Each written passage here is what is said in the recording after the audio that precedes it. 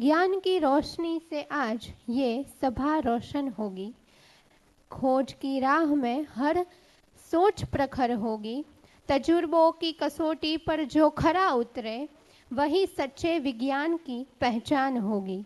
तो आइए ज्ञान की इस सफ़र को शुरू करें, जहां हर बात प्रमाण से प्रखर होगी। So now we begin our scientific academic session by focusing on the future of our professional at the national level. To lead with this keynote address, we invite Dr. Tarkeshwar Jain. Moving further, Dr. Jain is a renowned educator, administrator, who is currently serves as a chairperson of National Commission for Homeopathy, NCH. Since he has appointed in late 2025, he has been leading the national authority under the Ministry of Ayush that regulate the homeopathic education and practices all across the India. With a huge round of applause, Dr. Tarkeshwar Jain, sir.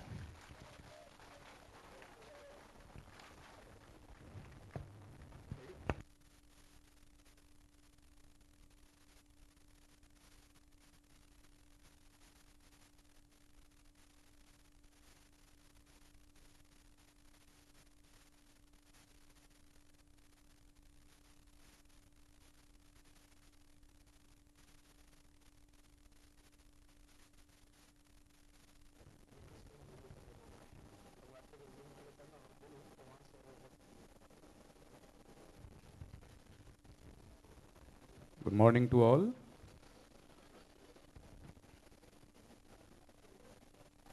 Respected Dr. Anil Khurana, former chairperson of National Commission for Homeopathy.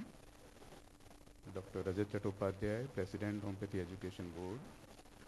Dr. Subhash Kaushik, Director General, Central Council for Research in Homeopathy. My colleague and friend, Dr. Pinakin Bhai, former President of BERH and former chairperson in charge of NCH. Senior practitioners from India, my teacher, Dr. Farooq Master, Dr. Girish Gupta, Dr. Manoj Patel, Dr. Adil. Faculty of Homeopathy in Saurashtra University, represented by the Dean of Faculty, Dr. Kalpit Sangvi. All the principals of colleges which are affiliated by the Saurashtra University. All the faculty members of various colleges. I came to know that 8 colleges are affiliated with Saurashtra University under the Faculty of Homeopathy.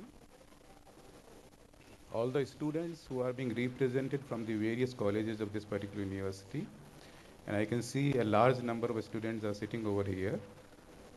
So this is the crowd of my purpose. I was anticipating perhaps there would be more practitioners or more teachers, and my caption of topic is quite monotonous. It doesn't grab any kind of attention or interest. Vision 2030 for homeopathy, from regulation to transformation, the evolving role of NCH.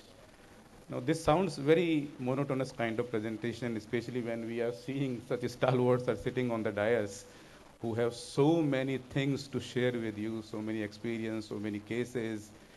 The clinical knowledge is abundant. So owing to that scenario, and in the community like this, where the students are upfront, having these kind of policy topics are more a kind of generating something monotony in the students itself. But when I was sitting over there and talking with the Vice Chancellor also, so I could realize that Faculty of Homeopathy in Saurashtra University is really taking some leading steps in implementing all the guidelines, all the regulations which are being promulgated by National Commission from Homeopathy time to time. Even the Vice Chancellor himself was appreciating the efforts. So when the head of any university acknowledges your effort and say from the dais that this is one of the most dynamic faculty in Saurashtra University, so it gives a sense of pleasure, a satisfaction, and a kudos to Dr. Kalpit and his entire team organizing such kind of event. I had been here in the last year also for the faculty development program, but that time my interaction was fully with the faculty members of 8 colleges of Saurashtra University which are having homeopathic faculty. But that time I had no chance to interact with the students. But this is the moment when I am seeing that almost 500, 600 students are sitting across. And of course, as Vice Chancellor has clearly pointed out, Kalpit has also pointed out in his deliberation that you are the future. Whatever we are doing in NCH or CCRH or in the boards or in the university remains futile if it doesn't reaches to you, and eventually you grab all those things, you conceive all those ideas, and ultimately you practice. So the future entirely depends on you guys. Besides that, we don't have any role to play.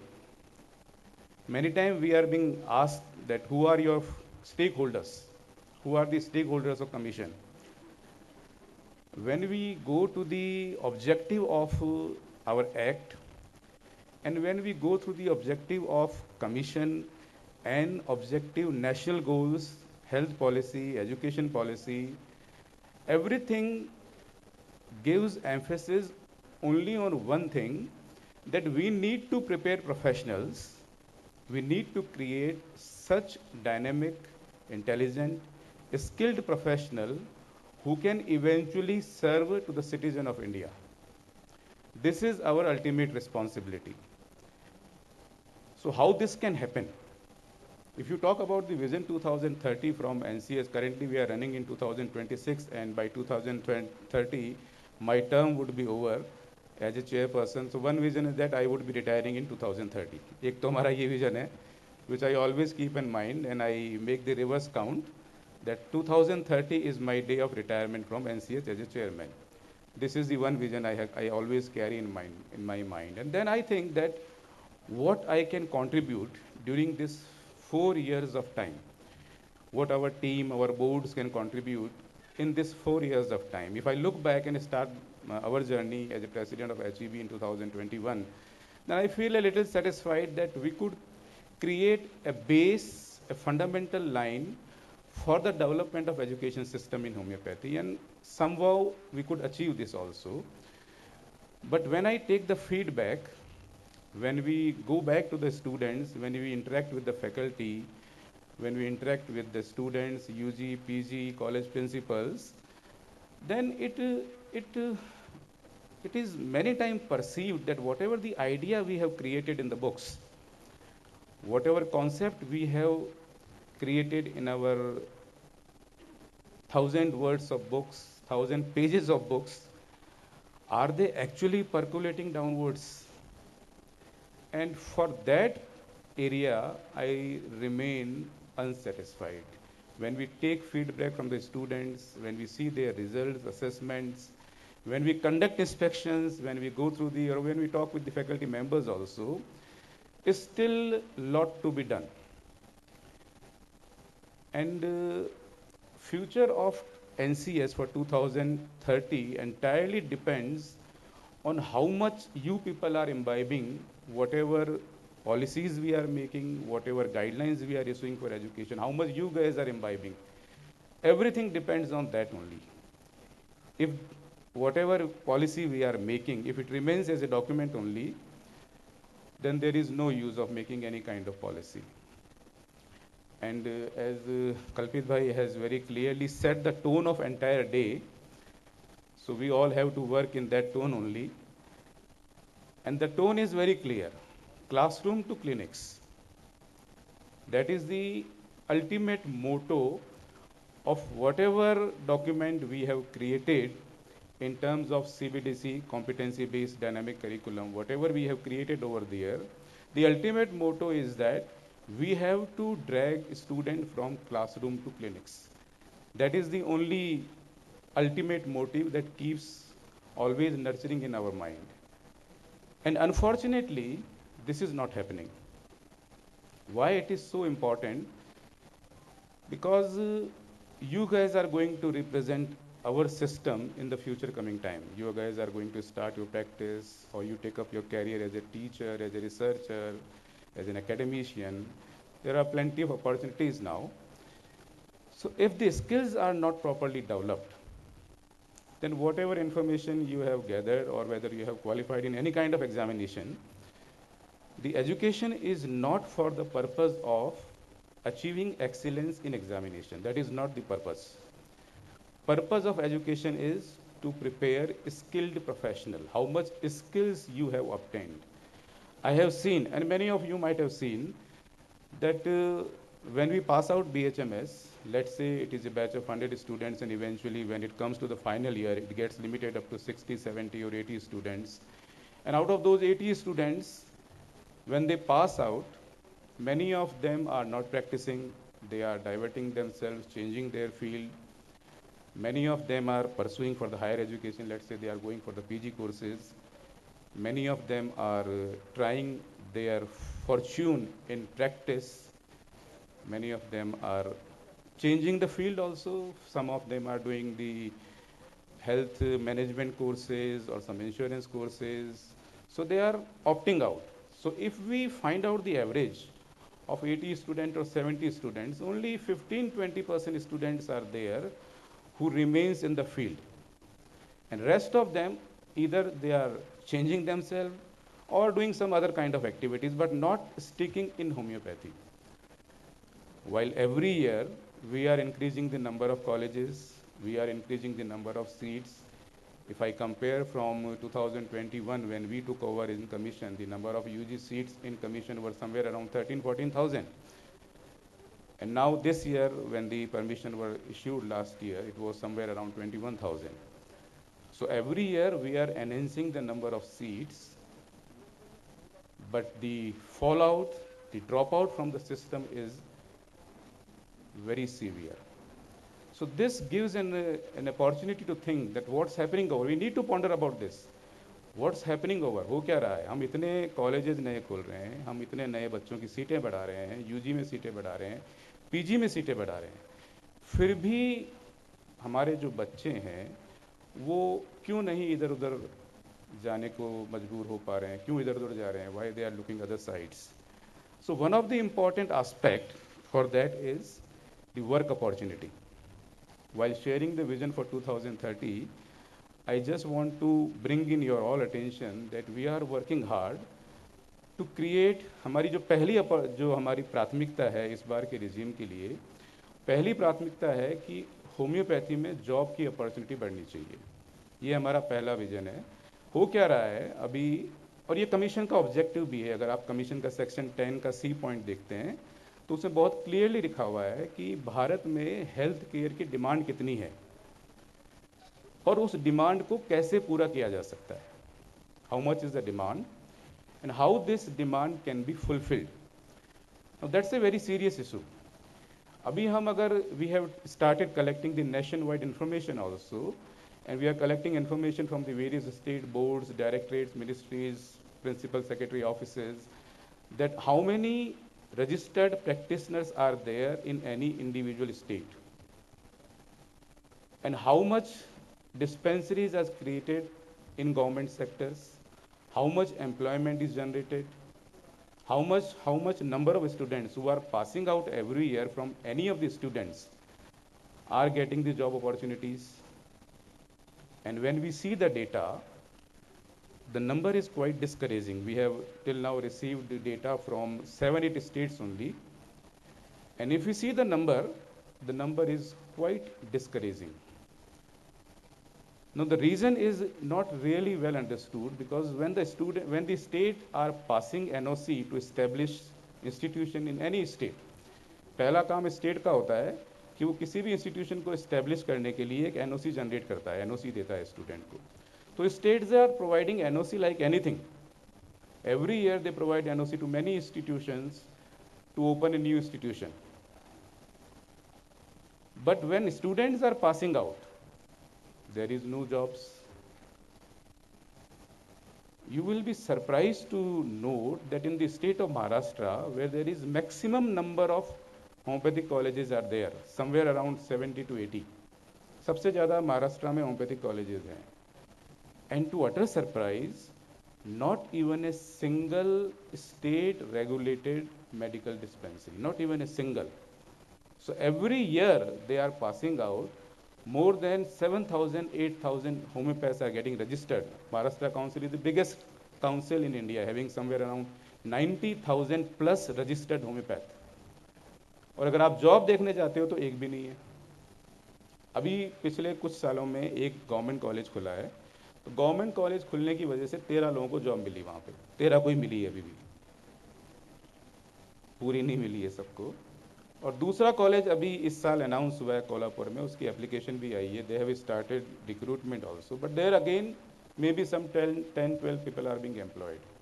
तो पूरे इतने बड़े state में सिर्फ 25 लोगों को सरकारी नौकरी मिली है, तो बाकी क्या करें?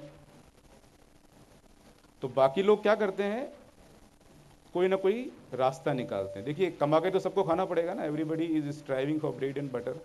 ऐसा तो है नहीं कि 6 साल होम्योपैथी करने के बाद अब सब साधु बन जाओ और सेवा करो खाली, तो सेवा से तो घर चलता नहीं है, घर तो खाने पीने से ही चलता है। Parents are investing money, you are investing your time, but eventually situation बहुत अच्छी नहीं है।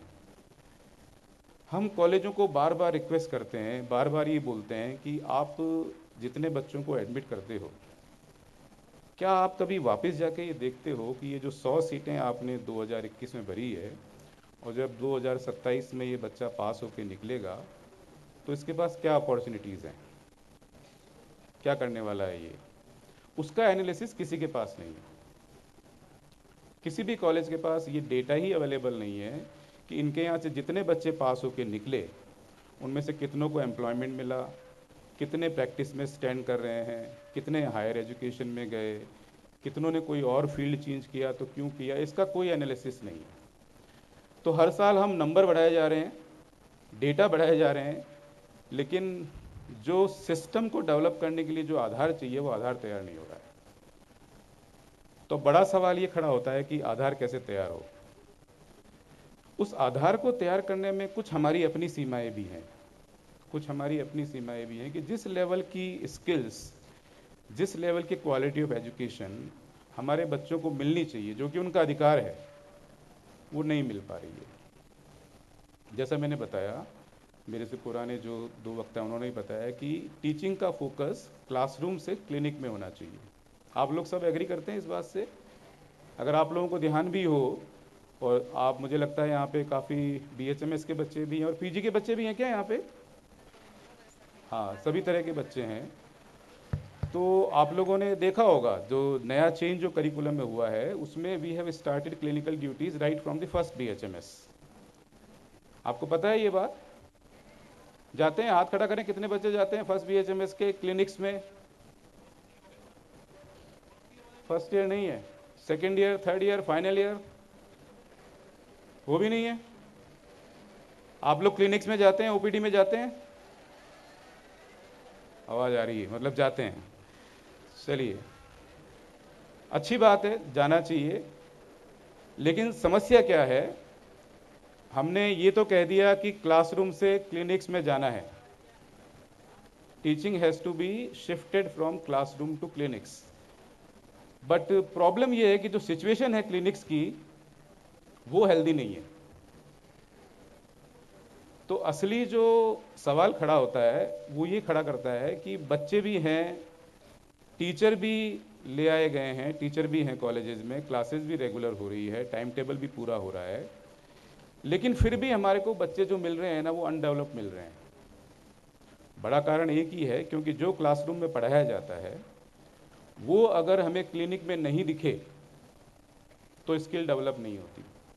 और मैं CBDC की बहुत गहराई में नहीं जाऊंगा, मैं आपको बहुत एक सिंपल सी बात बताता हूं कि CBDC है क्या। CBDC बहुत सीधा सा एक प्रोसीजर है जिसमें ये सिखाया जाता है कि जो कुछ भी आपने थ्योरी में पढ़ा, जो कुछ भी आपने थ्योरी में लेक्चर में पढ़ा, उसको आप होता हुआ देख पाएँ, उसको समझ पाएँ, उसको देख पाएँ, और अल्टीमेटली उसको आप कर पाएँ। करने से स्किल डेवलप होती है। कितना ही आप पढ़ लो, कितना ही आप देख लो, लेकिन जब तक आप खुद नहीं करते हो स्किल डेवलप नहीं होती। आप में से कई लोग शायद जानते हो, एजुकेशन टेक्नोलॉजी में एक एक डोमेन होता है मिलर्स पिरामिड। किसी ने नाम सुना है मिलर पिरामिड का? कोई एक बता सकता है मिलर पिरामिड के बेस में क्या है? What is there? Miller pyramid क्या है? एक पिरामिड है जिसका एक बेस है और उसका एक अपेक्स है।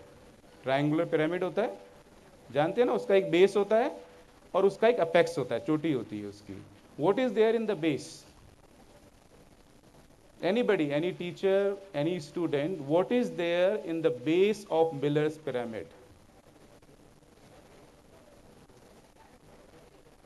एक जना कोई भी एक बता दो तो मैं खुश हो जाऊंगा।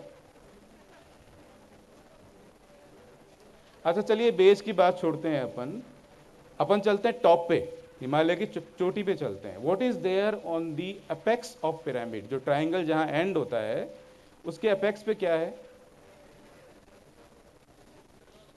डज। तो अपेक्स पे डज है, शुरू कहां से होता है? नोज। तो अगर आप, अभी जवाब आ रहे हैं, अच्छा लग रहा है, अगर आप पूरे पिरामिड को देखते हैं ना तो वो क्या जर्नी है? उसके बेस में है नोज, ठीक है। थोड़ा ऊपर चलते हैं, नोज हाउ, बराबर है। उसके थोड़ा ऊपर चले, शोज, फिर थोड़ा ऊपर चले, शो हाउ, और एकदम टॉप पे आते हैं तो डज है। यानी हमारी जो पूरी शिक्षा की ये पद्धति है सीबीडीसी की, ये सिर्फ इस बात पे आधारित है कि क्या तो हमें जानना है, क्या ऐसा है जो हमें जानना है, उसे हम कैसे जानें, फिर हमारा जो डेमोन्स्ट्रेटर है, हमारा टीचर है, वो हमें बताए कि इसको कैसे किया जाता है, शो हाउ, किस तरीके से करना है, और फिर हम खुद करके देखें। ये पूरी जर्नी है सीबीडीसी की। अगर ये आपको सही ढंग से समझ में आ गई, और आपसे ज्यादा जरूरी है टीचर को समझ में आए। दुर्भाग्य इस बात का है कि टीचर को ही समझ में नहीं आ रहा क्या करना है। ताली बजा लो आप, लेकिन ये तालियां बजना भी दुर्भाग्य की बात है। मैं इन तालियों से खुश नहीं हूं, एकदम भी मैं इन तालियों से एकदम भी खुश नहीं हूं, क्योंकि ये दुर्भाग्य है। अगर इस बात पे तालियां बज रही है तो ये दुर्भाग्य है।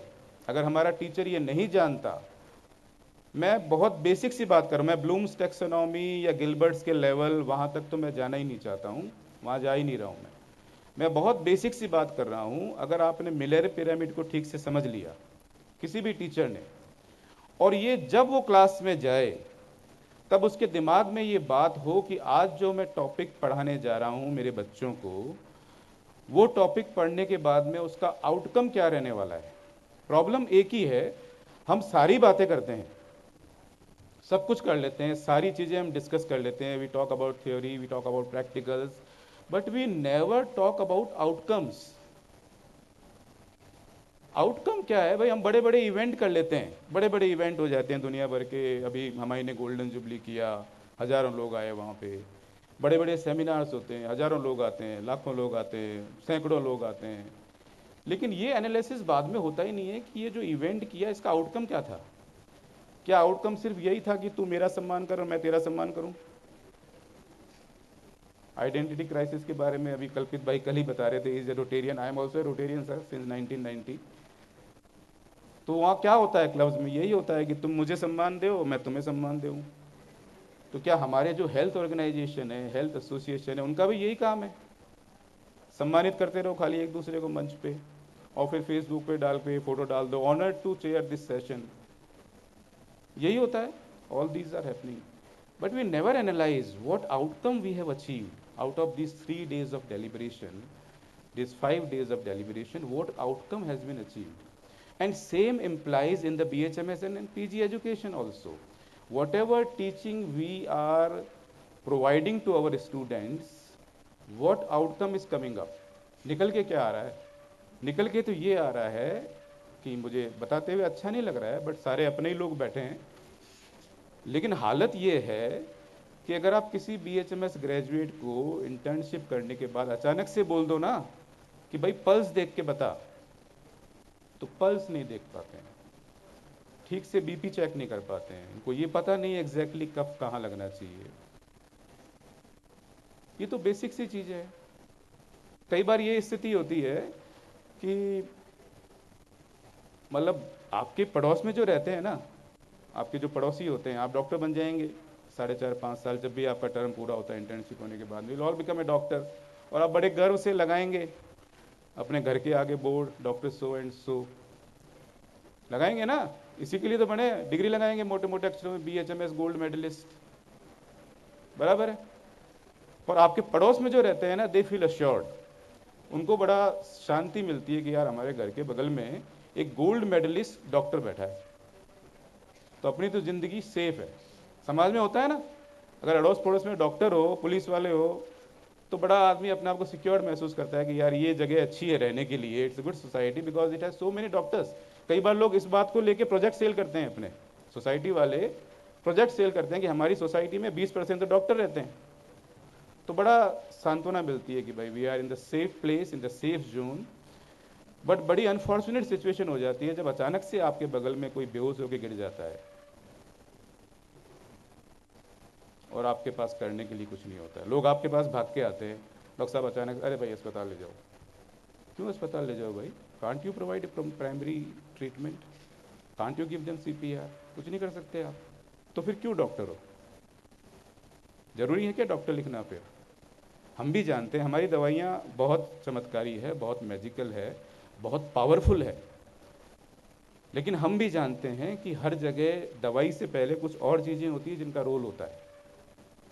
दवाइयाँ क्या करेंगी ये अभी मैं नहीं बताने बैठूंगा, 4 बहुत बड़े टीचर यहाँ बैठे हुए हैं, वो बताएंगे आपको कि दवाइयाँ क्या क्या कर सकती है, आपके अंदर कॉन्फिडेंस ही बिल्ड होगा। बट बहुत सी बेसिक चीज़ें होती हैं जो हमें जाननी होती है, जो हमारे नाम के साथ जुड़ी होती हैं। बहुत जगह रेलवे में, फ्लाइट में कई बार डॉक्टर होते हुए लोग फॉर्म में डॉक्टर नहीं लिखते। क्यों नहीं लिखते? कभी कल कोई इमरजेंसी खड़ी हो गई कोई, तो आवाज़ लगाएंगे भाई सीट 21C पे एक डॉक्टर साहब बैठे हुए हैं, और वो डॉक्टर साहब आके हाथ खड़े कर देंगे, नहीं आई can not do anything. How does it sounds? How does it sounds? It is very embarrassing that you have qualified for 6 years, you have gone through the entire medical education। अगर आप curriculum उठा के देखते हैं, चाहे आप MBBS का curriculum देख लो, चाहे आप BHMS का देख लो, चाहे BAMS का देख लो, कमीशन ने खुराना सर की सरपरस्ती में पिछले 4 सालों में इतना काम तो किया है कि हमारा जो करिकुलम है आज की डेट में एट पार है। वो किसी भी साइंस से किसी भी लेवल पे कम नहीं है, चाहे वो आवर्स का डिस्ट्रीब्यूशन हो, चाहे वो क्लिनिकल क्लासेज हैं, चाहे वो प्रैक्टिकल्स हों, चाहे वो OPD ड्यूटीज़ हों, चाहे वो लैब ड्यूटीज़ हों, कहीं पे भी हमारा करिकुलम किसी भी लेवल पे किसी भी अन्य सिस्टम ऑफ हेल्थ से कम नहीं है, MBBS से भी कम नहीं है। रादर हम कुछ सब्जेक्ट ज़्यादा ही पढ़ाते हैं, कम नहीं पढ़ाते हैं। तो उतना पढ़ाने के बाद भी अगर हमारे बच्चे ये कहें कि मैं ये नहीं कर सकता हूँ, तो ये कमी किसकी है? ये कमी तो कहीं ना कहीं हम सबकी है। हमारे एंड पे कमी ये है कि कहीं ना कहीं हमारे ही प्रयासों में कमी रही है कि हम ऐसे कॉलेजेस को नहीं पहचान पा रहे हैं जहाँ पे फैकल्टी पढ़ाने ही नहीं जा रही हो। बड़ी कमी हमारी कॉलेजेस की है, हमारी फैकल्टी की है, जो ये बात समझ ही नहीं पा रहे हैं कि उनको एक्चुअल में करना क्या है। सबसे बड़ी प्रॉब्लम क्या है कि लोग अपना माइंडसेट नहीं बदलना चाहते, लोग अपनी टीचिंग में इम्प्रोवाइजेशन नहीं चाहते। जो सालों से पढ़ा रहे हैं वो एक ही बात कहते हैं कि भाई हम तो सालों से पढ़ा रहे हैं, हमारी टीचिंग में आज तक तो कोई डिफेक्ट किसी ने पॉइंट आउट किया नहीं, अब आप हमें ये गाइड कर रहे हो कि ऐसे पढ़ाओ। हमारी रिक्वेस्ट सिर्फ उनसे इतनी ही होती है, हम कोई गाइड नहीं कर रहे आपको। हम जानते हैं कि I can not compare my self with doctor Farooq Masru, is teaching for last 40 years with abundance clinical experience. Adil is such a dynamic person, we is there on the stage, fire on the stage, आग लग जाती है इस stage पे।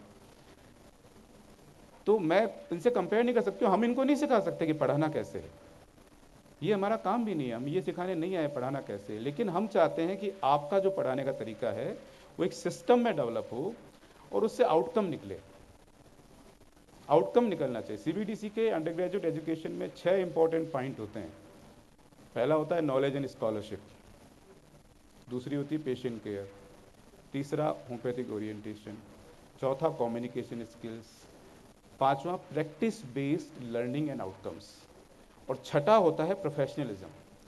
यानी ये 6 parameter आपको पार करने हैं और eventually you have to become a professional who can eventually serve to the citizen of India, जो सिटीजन ऑफ इंडिया को सर्व कर सके विद फुल कॉम्पिटेंस, जो वहाँ जाके ये नहीं बोले कि ये मैं नहीं कर सकता।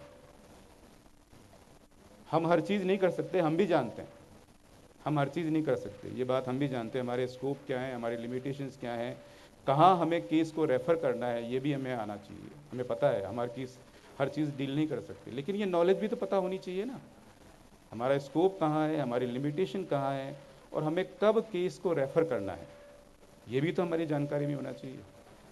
लेकिन वो तब तक नहीं आ सकता जब तक हमारी टीचिंग हमारे बेसिक फंडामेंटल्स को फॉलो नहीं करेगी। तो जो मैं कह रहा था ना आपसे, मिलर पिरामिड, वो हमारा बेस है। हम ये चाहते हैं, और आप भी इस चीज़ को समझें, क्योंकि देखिए आप सारे स्टेक होल्डर्स हैं हमारे, और हम जो काम कर रहे हैं जितना भी कमीशन में, उस सब के पीछे हमारा एक ही मकसद है कि आप लोगों का भला हो, आप लोग अच्छे से पढ़ लिख के तैयार होकर निकलें, ताकि आप इस देश के लोगों का भला कर सकें। सारी हमारी एनर्जी इसी में लगी हुई है। जितने भी हम स्टैंडर्ड्स बना रहे हैं, जितने भी हम पैरामीटर्स बना रहे हैं, हम टीचर्स के बारे में जो सुविधाओं की बात कर रहे हैं, उनके जो स्टैंडर्ड्स की बात कर रहे हैं, उसके पीछे मोटा कारण यही है। हमने टीचर्स की सैलरी को एकदम रेडिकली चेंज किया। चेंज करने का कारण यही है कि भाई सैलरी मिलेगी तो ही तो टिकेगा ना। अब 20,000 में कौन सा टीचर आपको 15 किलोमीटर से पढ़ाने के लिए आएगा? कोई नहीं आएगा। क्यों आएगा?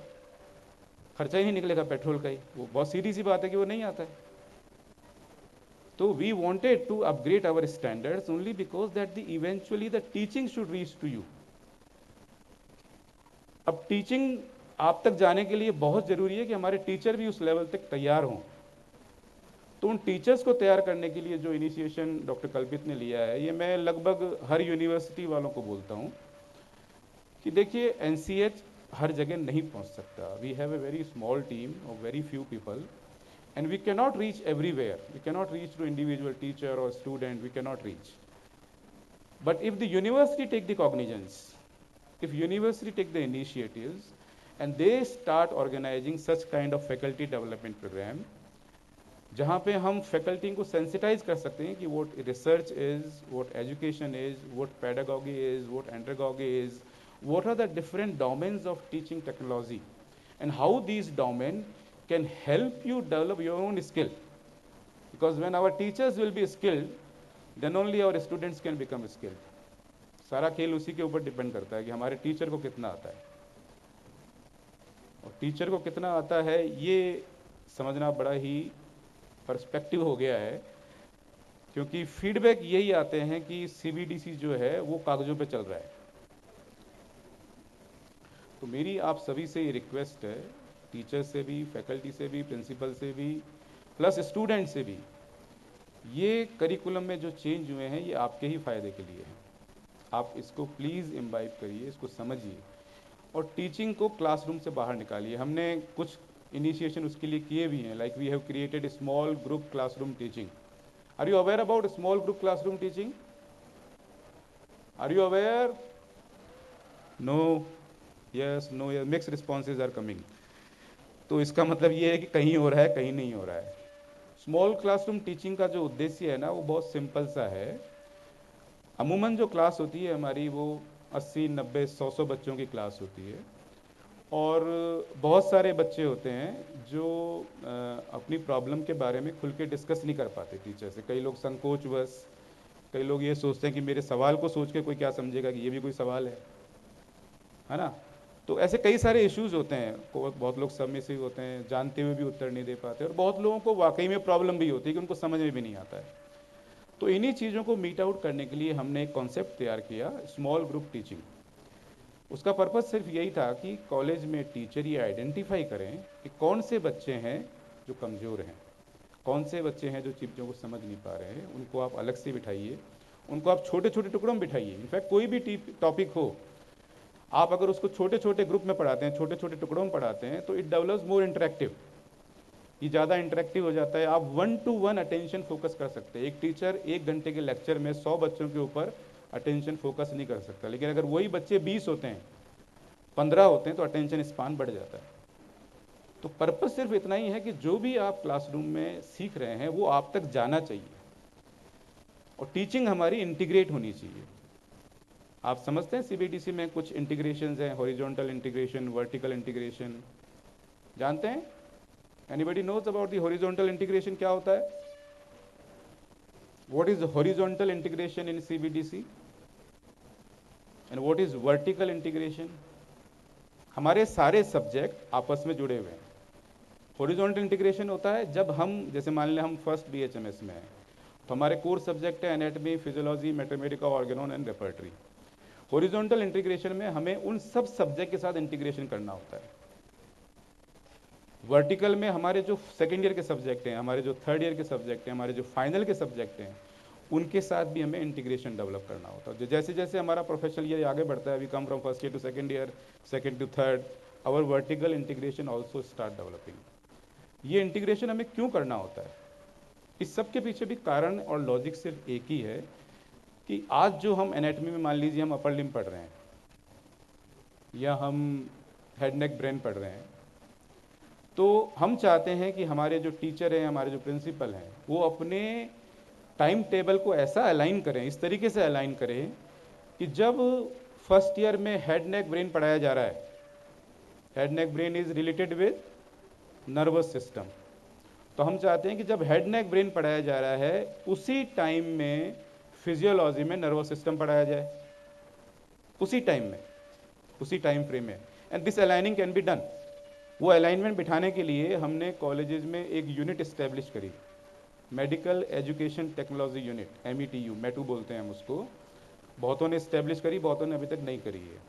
उस METU का पर्पज़ यही है कि वहाँ पे स्किल्ड लोग हैं, ट्रेंड लोग हैं, जिन्हें हमने कमीशन से ट्रेन किया है, जिनको हमने, उनको सिर्फ इसीलिए किया है कि ये अलाइनमेंट बनना चाहिए हर क्लासरूम में। जब हम एनाटॉमी का जिस यूनिट पे काम कर रहे हैं उससे रिलेवेंट जो फिजियोलॉजी में यूनिट है वो पढ़ाई जाए, उससे रिलेवेंट जो मैथमेटिका हो सकती है, if that time we can focus on the drugs which are having symptoms or the predominant symptoms of nervous system, जिन दवाइयों का नर्वस सिस्टम के ऊपर प्रिडोमिनेंटली एक्शन है, हम उन दवाइयों को उसी वक्त साथ में पढ़ाएं। This is horizontal integration. हम फार्मेसी में भी उन दवाओं को दिखाएं जिनका एक्शन नर्वस सिस्टम पे ज़्यादा होता है, या जब हम लोकोमोटर पढ़ा रहे हैं तो हम उससे रिलेटेड जो मेडिसिन हैं उनके बारे में बच्चों को नॉलेज दें। और ये करना कोई मुश्किल काम नहीं है, ये किया जा सकता है। It's something which is absolutely doable. और I am happy to tell you that there are many institutions जो हमें आके बताते हैं कि sir this is the right way of aligning the curriculum, aligning horizontally and aligning vertically. बहुत सारे colleges हमें आके बताते हैं कि we are doing like this and the outcomes are very nice. जहाँ जहाँ ये अलाइनमेंट चालू हो गए हैं, जहाँ जहाँ ये इंटीग्रेशन चालू हो गए हैं, the outcome is very nice. But then we don't have to limit up to classroom only, we have to go in the clinics. So what we want that when the teacher or the student has gone through any particular system in anatomy, any particular system in physiology, and any particular remedy in mathematics, now they are supposed to go in the OPD. If the OPD is full bloom, NCS कहता है 100 college की seat के college को minimum OPD में 300 patient देखने होते हैं रोज के 300 मरीज उस ओपीडी में आने चाहिए, अगर उस कॉलेज की क्षमता 100 सीटों की है तो। क्यों चाहिए 300 पेशेंट? क्योंकि आपके फर्स्ट ईयर में मान लीजिए 50 दवाइयां हैं, 50 दवाइयां हैं अभी फर्स्ट ईयर में, तो 50 दवाइयां जो आपने पढ़ी, रोज तो 50 दवाइयां पढ़ते नहीं हो, डेली आप एक दवाई पढ़ते हो या 2-3 दिन में एक दवाई पढ़ते हो। हम ये चाहते हैं कि जो बच्चे ने जो मेडिसिन इस हफ्ते में पढ़ी है उस बच्चे को उससे जुड़ा हुआ केस ओपीडी में दिखाया जाए। गलत चाहते हैं? कोई गलत बात है क्या? ये नहीं है ना गलत बात, लेकिन हो नहीं रहा है। उल्टा विरोध ये आता है कि 300 तो बहुत ज्यादा मरीज हैं, 300 मरीज कैसे लाए? हम तो रिमोट में बैठे हुए हैं, हम तो जंगलों में बैठे हुए हैं। तो भाई आप जंगलों में क्यों बैठे? और ऐसा तो है नहीं कि जंगल में इंसान नहीं बसते।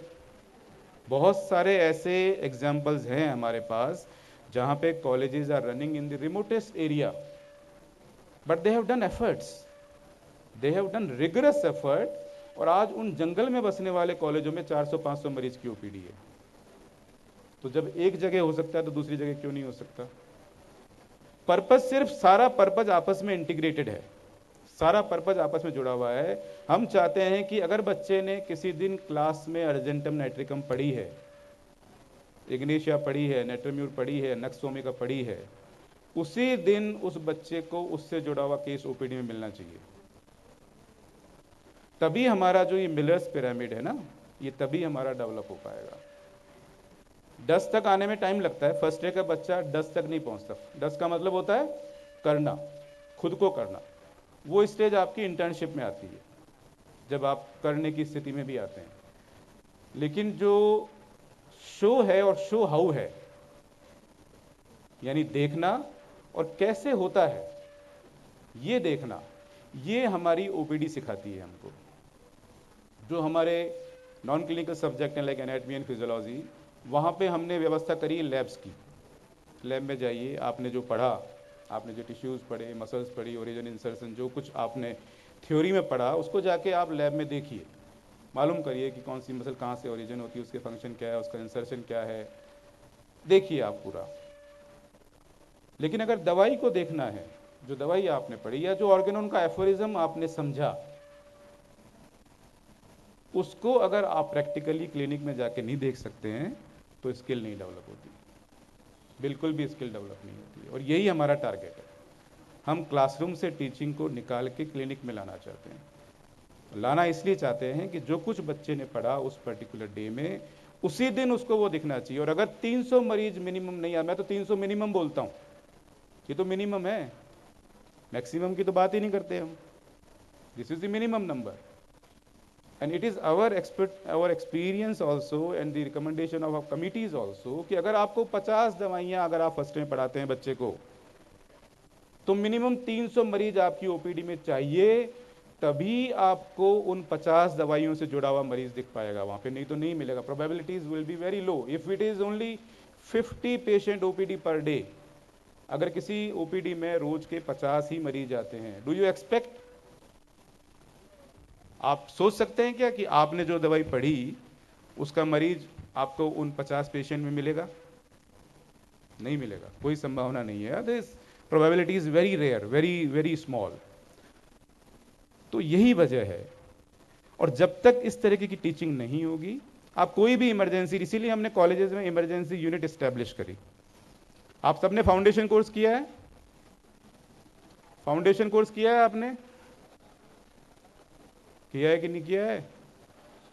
हाँ नहीं, हाँ नहीं, ये बड़ा मिक्स सा रिस्पॉन्स है।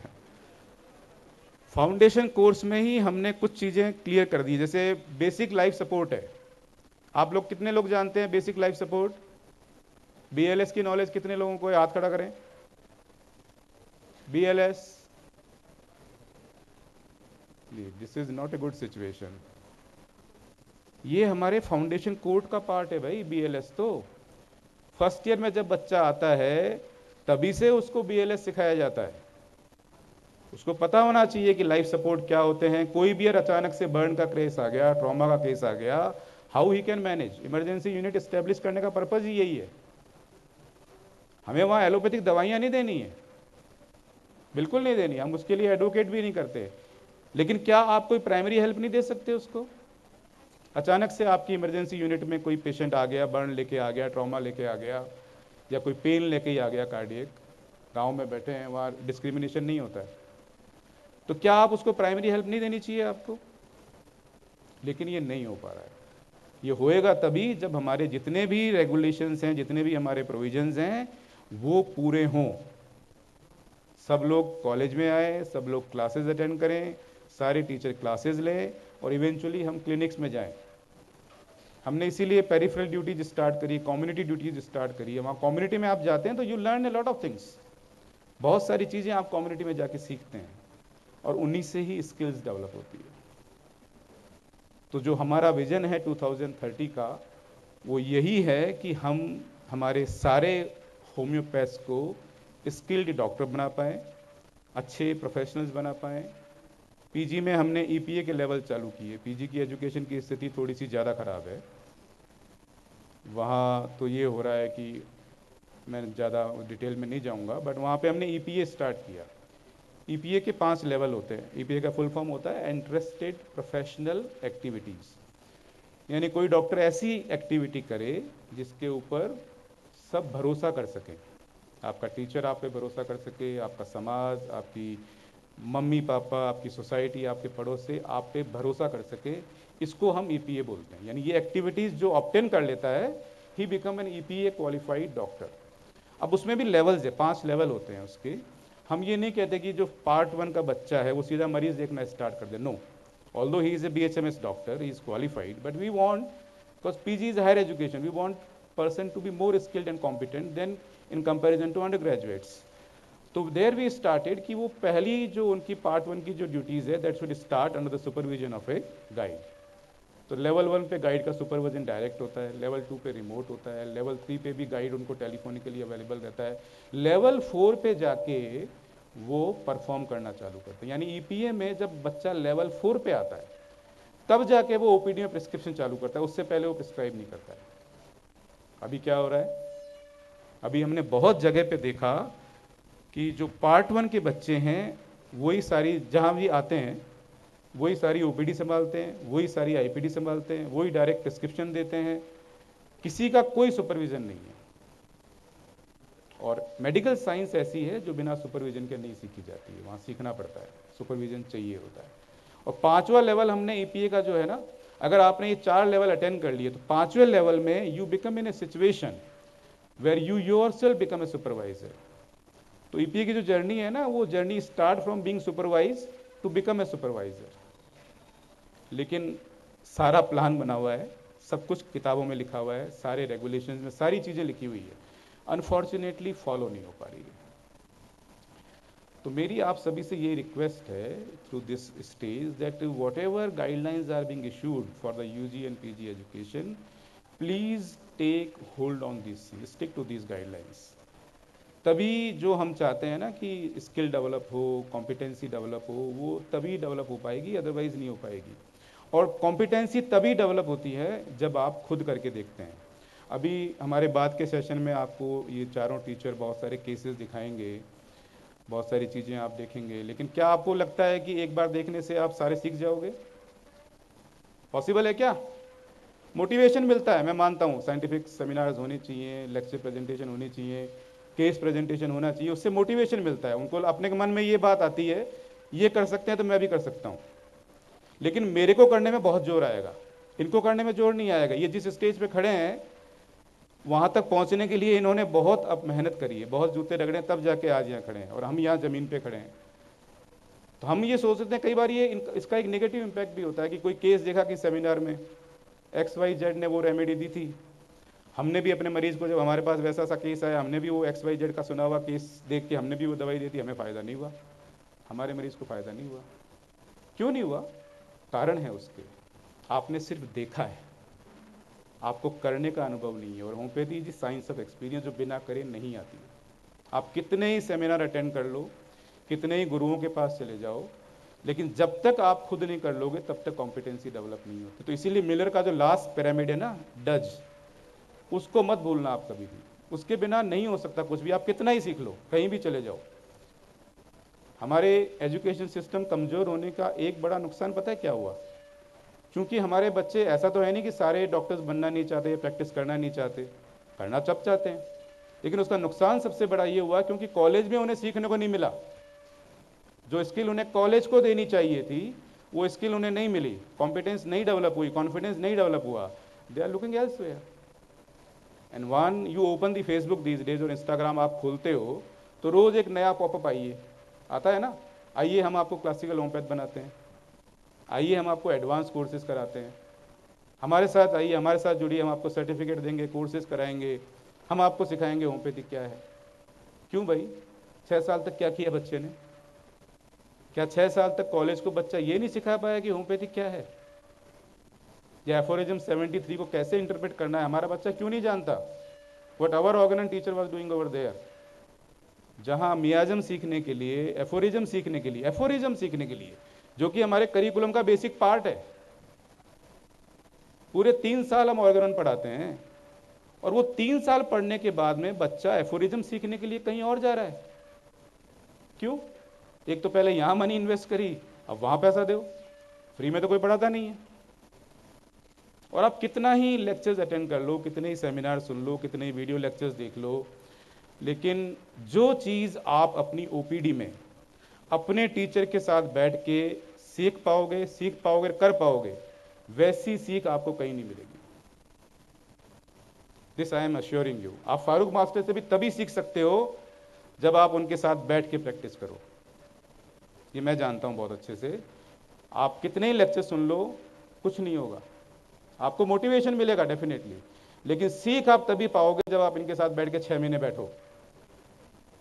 तो क्यों नहीं हमारे हर क्लास में, हमारी हर कॉलेज में ऐसे टीचर हैं जो हमारे बच्चों को ये सिखा पाए कि अगर हमें कहीं पे थुजा देनी है, कहीं पे नक्स देनी है, या मियाजमेटिक असर्टेशन करना है, तो उसकी क्राइटेरिया क्या है, इस मरीज के ऊपर हम कैसे असेस कर सकते हैं। और जब तक वो असेसमेंट नहीं होगा, क्लिनिकल कॉम्पिटेंस नहीं डेवलप होगी। और हमारा पूरा करिकुलम, हमारा पूरा डिज़ाइन किया हुआ करिकुलम सिर्फ इसी तरफ डायरेक्टेड है कि वो कॉम्पिटेंस जो बच्चा वाकई में चाहता है डेवलप करना, वो डेवलप हो। लेकिन इसको सबको मिलकर एफर्ट्स करने पड़ेंगे, खाली एनसीएच के करने से कुछ नहीं होगा। हम तो आ जाएंगे, फिर बुलाओगे फिर आ जाएंगे, बात कर लेंगे आपसे, आपको कोई चेंज हो, आपको कोई प्रॉब्लम हो, आपको कोई सजेशंस हो, वो हम सुन लेंगे। लेकिन इवेंचुअली एनसीएच पूरी तरीके से कॉलेजेस पे डिपेंडेंट है, पूरी तरीके से। जैसे कॉलेजेस एनसीएच पे डिपेंडेंट है चलाने के लिए, वैसे ही एनसीएच डिपेंडेंट है कॉलेजेस पे, कॉलेजेस को अच्छा चलाने के लिए। Only you can do. तो मेरे ख्याल से मैंने टाइम काफ़ी ले लिया है, तो I take leave from you all, and I wish you all the best in your career, in whatever you are taking it in your coming life. And I just want to be assured कि इस hall में जितने बच्चे बैठे हैं ना, वो नाम के BHMS नहीं बने, they eventually become a good homeopathic professional, अपनी लाइन नहीं छोड़ें, सिस्टम पे बने रहें। और सीखने में कहीं कमी लगती है ना, देखिए सीखना आपका राइट है, आपका अधिकार है। आप कॉलेजों में फीस देते हैं, और छोटी मोटी फीस नहीं देते हैं, लंबी चौड़ी फीस देते हैं, टाइम देते हैं, लोन ले लेके लोग फीस भरते हैं। तो सीखना आपका अधिकार है। और आप यकीन मानिए, अगर आपके सिखाने में कहीं कमी आ रही है, अगर कॉलेज कहीं लापरवाही कर रहा है, अगर टीचर कहीं लापरवाही कर रहे हैं, आप हमें रिपोर्ट करिए। हमारे लेवल पे we will try to take best possible action that can be taken against the teacher and against the college also, if they are not performing their duties as they are assigned to. Thank you very much. Thank you, sir, for showing us the whole skeleton and X-ray of the system and the science. See, हमको सभी अच्छा चीज लगता है, किसी के बारे में उंगली चिंते ना दो। और बच्चों को ये मैं बोलता हूँ ना, am I asking you ना, जब आते हो तब पूछता हूँ कि ये ग्राउंड किसका है, किसका ग्राउंड है, किसका ग्राउंड है, किसको खेलना है। टीचर और कॉलेज क्या करेगा, देखेगा। समझ रहे सर? ये मैं बोलता हूं इनको कि you are not here to get the marksheets and the certificates, right? Marksheets के लिए मत पढ़ो। और अभी तो लास्ट में मैंने बोलना चालू कर दिया है कि पढ़ने के लिए भी मत आओ, जानने के लिए आओ। If you are not willing to learn by yourself, जो सर ने बोला ना फी देते हो, यही बोलता हूं ना मैं कि मॉल में जाते हो, वहां जाके क्या लेते हो कि माल लेते हो, आईफोन निकाला लेटेस्ट प्रो, फिर बोलते हो सर्टिफिकेट दे दो, मेरे को आईफोन नहीं चाहिए। वैसे कॉलेज में आके क्या बोलते हो कि हमको पढ़ना नहीं है, क्लास में अटेंड नहीं करना है और पास करा दो। मेरे पास एक भी बच्चा आज ऐसा नहीं आया है, I am telling on the record, कि सर मुझे ये डिफिकल्टी है एजुकेशन में। हाँ, मेरे पास इतने बच्चे आते हैं परीक्षा में फेल होने के बाद कि सर मैं फेल हो गया। टीचर्स को भी मालूम है सर, है ना? अगर सिर्फ पास होना और सर्टिफिकेट लेना ही मकसद है तो nobody can help you out. And Tarkeswar Jain sir beautifully said it. 9 से 10 की जर्नी है. अगर आप काम नहीं करोगे तो नहीं सीखोगे. टीचर करेगा, टीचर को दौड़ना पड़ेगा, कॉलेज को भी काम करना पड़ेगा, किसी को नहीं करना पड़ेगा. There is no question about it. We are running little late, so I am not taking too much of time. We have our past chairman NCH who is rather हम सबके गुरु भी है, उनके पास से बहुत हम सीखे हैं. तो we take 5-10 minutes of sir to address on the background. Thank you, sir.